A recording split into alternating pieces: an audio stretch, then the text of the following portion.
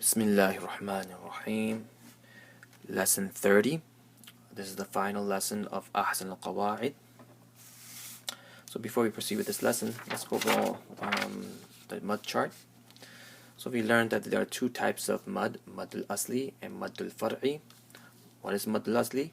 The letters of mud are Alif with a Zabr before it, a Waw Sakin with a Pesh before it, a Ya Sakin with a Zer before it. And after that, there are no Hamza, no Sukun or Tajdeed, there are no mud symbols on top, and you stretch it only for one Alif. And Madul Far'i, which is the opposite of Madul Asli, that after the letters of mud, there's either a Hamza, Sukun or Tajdeed. Now also they do have mud symbols on top. Generally speaking, that they do have mud symbols on top. Then we went over that the Madul Far'i has five types. Madul Muttasil, Madul Munfasil. That we went over this, that after the letters of mud, there appears a Hamza in the same word. That's Maddul Muttasil, and you stretch it for four alifs. And Maddul Munfasil, that after the letters of mud, there appears a Hamza in the following word, preferably 2.5 alifs. You stretch it 2.5 alifs. So these two are related to Hamza. These two muds are related to Hamza. Then we went over Maddul Arid Waqfi and Maddul Lin Arid Waqfi. Maddul Arid Waqfi, that after the letters of mud, there appears a temporary sukun due to stopping at the end of an ayah or another sentence, right? And the Maddul Lin Arid Waqfi, that after the letters of Lin, meaning a Ya Sakin with a Zabr before it, Waw Sakin with a Zabr before it, that after the letters of Lin, there appears a temporary sukun due to stopping. And preferably you stretch it 1.5 alifs. Maddul Arid Waqfi, you stretch it preferably 2 or 5 alifs.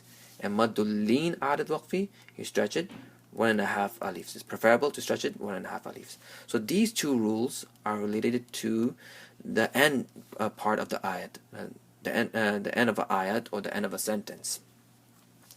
Then the fifth type of Maddul Far'i is called Maddul Lazim. We went over the first two types, Kilmi Muthaqqal, Kilmi Mukhaffaf, right?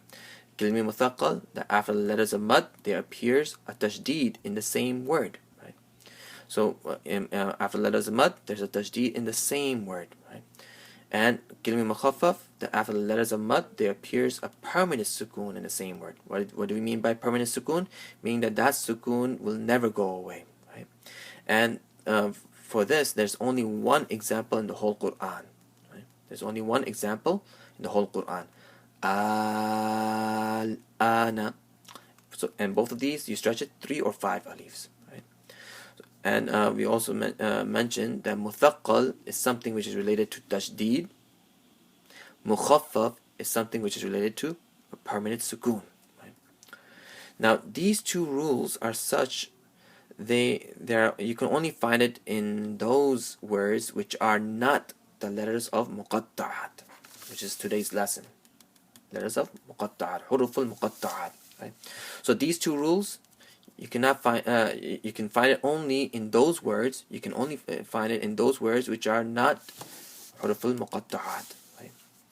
Now, today we're going to learn the last three rules of mud. So harfi muthaqqal. See, it's just like kilmi muthaqqal. Muthaqqal, which is something related to tajdeed. But harfi muthaqqal is that rule which is related to the letters of muqatta'at. So after the letters of mud, there appears a tajdeed in the letters of muqatta'at. So in the letters of muqatta'at, if you see a tajdeed, then you stretch it for 3 or 5 alifs. So alif, lam, mim. So this lam is when it's connecting to the meme with that tajdeed. So this lam, you stretch it for 3 or 5 alifs. Ta, sin, mim. Right? Now this sin, now the letter sin itself, it ends with a noon, right? But since there's a meme with the tajdeed, so when this sin connects to the tajdeed, you stretch the sin 3 or 5 alifs. You stretch it 3 or 5 alif. So ta, sin, mim. So this is harfi muthaqqal. Next one, harfi mukhaffaf. is similar to kilmi mukhaffaf, meaning a mukhaffaf means something which is related to permanent sukun. So after the letters of mad, there appears a permanent sukun in the letters of muqatta'at. Right? And what does permanent sukun means? It means that sukun will never go away. So this rule is related to the letters of muqatta'at. Right?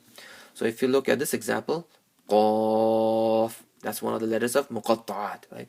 So inside qaf, it's actually qaf with the alif and a zabar before it, right? And a fa with a sukun. So this sukun right here, it's permanent. It will never go away. So you stretch this qaf 3 or 5 alifs. So qaf. Next example, ta sin. So this sin, inside sin, is actually ta with the alif and a zabar before it, and sin yazir si and a noon with a sukun on top. So that's sukun on top of the noon is permanent, right? So you stretch the sin 3 or 5 alifs. Ta sin.